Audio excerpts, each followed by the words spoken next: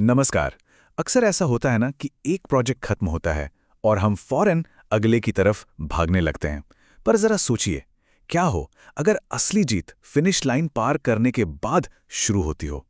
आज हम इसी बारे में बात करेंगे कि कैसे अपने पूरे हो चुके प्रोजेक्ट्स को भविष्य की सफलता के लिए एक जबरदस्त प्लेबुक में बदला जा सकता है।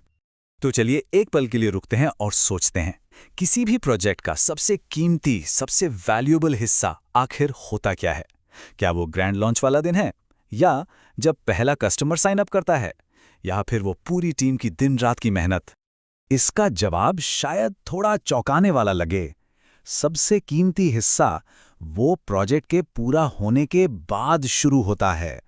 जी हाँ, असल में यही वो जगह है जहां सीखने का असली खजाना छिपा होता है। बस उसे खोद कर बाहर निकालने की जरूरत है। लेकिन ज्यादातर होता क्या है कि हम इस सुनहरे मौके को गवा देते हैं। हम सब एक बहुत ही कॉमन जाल में फंस जाते हैं, जिसे कहते हैं पोस्ट प्रोजेक्ट ब्लाइंड स्पॉट। मतलब हम अगली चुनौती के लिए इतने एक्साइटेड होते हैं कि पीछे मुड़ के ये देखना ही भूल जाते हैं कि हमने क्या जीता और कहाँ गलतियां की। इसे पोस्ट प्रोजेक्ट एमनीशिया भी कह सकते हैं। मतलब प्रोजेक्ट खत्म और सब कुछ भूल जाने की बीमारी। ये एक बहुत आम प्रॉब्लम है जहां हमारी मेहनत से सीखी हुई सारी बातें बस हवा हो जाती हैं।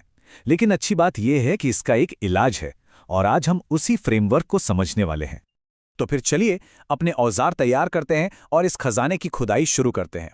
इस पूरे प्रोसेस को ना एक आर्कियोलॉजिकल डिग की तरह समझिए।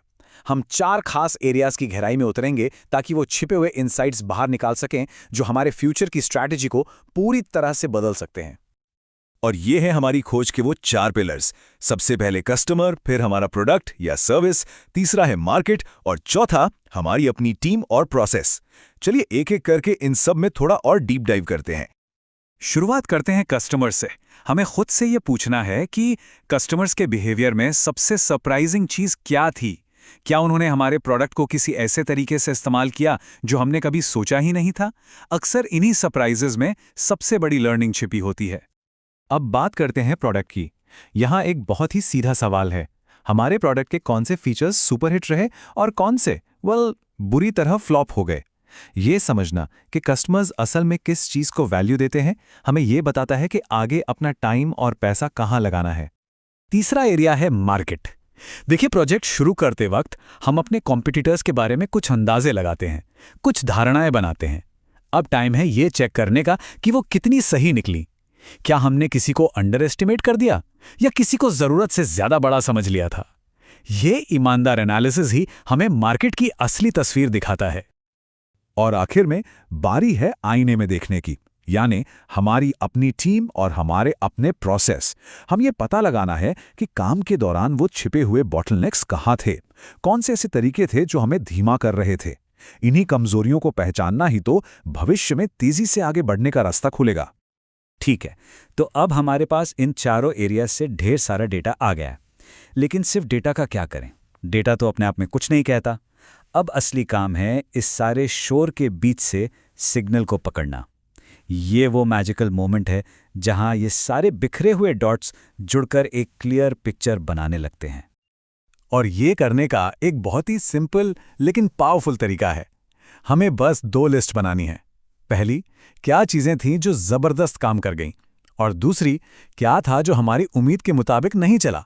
ये सीधा सा कंपैरिजन फौरन हमारी सबसे बड़ी स्ट्रेंथ्स और वीकनेसेस को सामने ले आता है।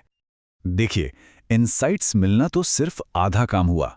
असली चैलेंज तो इन पर एक्शन लेना है। तो अब इस स्टेज पर हम अपनी सारी लर्निंग्स को फ्यूचर के लिए एक्शन लेने लायक स्टेप्स में बदलेंगे। अब पीछे देखने का टाइम खत्म, आगे की प्लानिंग शुरू। इसके लिए 3 क्लियर स्टेप्स हैं। पहला, डबल डाउन। मतलब जो चीजें सफल रहीं उन पर 2 गुना जोर लगाइए, उन्हें और बड़े स्केल पर कीजिए। दूसरा, स्टॉप डूइंग। उन एक्टिविटीज को पहचानिए और फौरन बंद कीजिए जो हमारे रिसोर्सेज बर्बाद कर रही हैं। और तीसरा, नेक्स्ट एक्सपेरिमेंट। अपनी लर्निंग के बेस पर नए और बोल्ड एक्सपेरिमेंट्स की प्लानिंग कीजिए। और ये छोटे छोटे स्टेप्स मिलकर ही एक बड़ी और साफ तस्वीर बनाते हैं। यहां मकसद सिर्फ एक प्रोजेक्ट का पोस्टमार्टम करना नहीं है, बल्कि हमारी पूरी की पूरी फ्यूचर स्ट्रैटेजी को एक नई शेप देना है, उसे और मजबूत बनाना है। ये बिल्कुल भविष्य के लिए एक नया रोड मैप बनाने जैसा है। और आखिर में ये सब कुछ इस एक पावरफुल सवाल पर आकर रुक जाता है। ये सारी लर्निंग्स हमारी आगे की स्ट्रैटेजी को कैसे शेप देती हैं? अगर इस सवाल का जवाब ईमानदारी से दिया जा सकता है तो समझ लीजिए कि ये पूरी एक्सरसाइज सफल रही।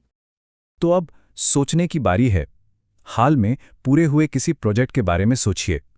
इस फ्रेमवर्क को इस्तेमाल करके वो पहला छिपा हुआ सबक या खजाना कौन सा होगा जिसे खोजा जाएगा। याद रखिए, हर प्रोजेक्ट अपने पीछे एक प्लेबुक छोड़ जाता है, बस हमें उसे पढ़ना सीखना है।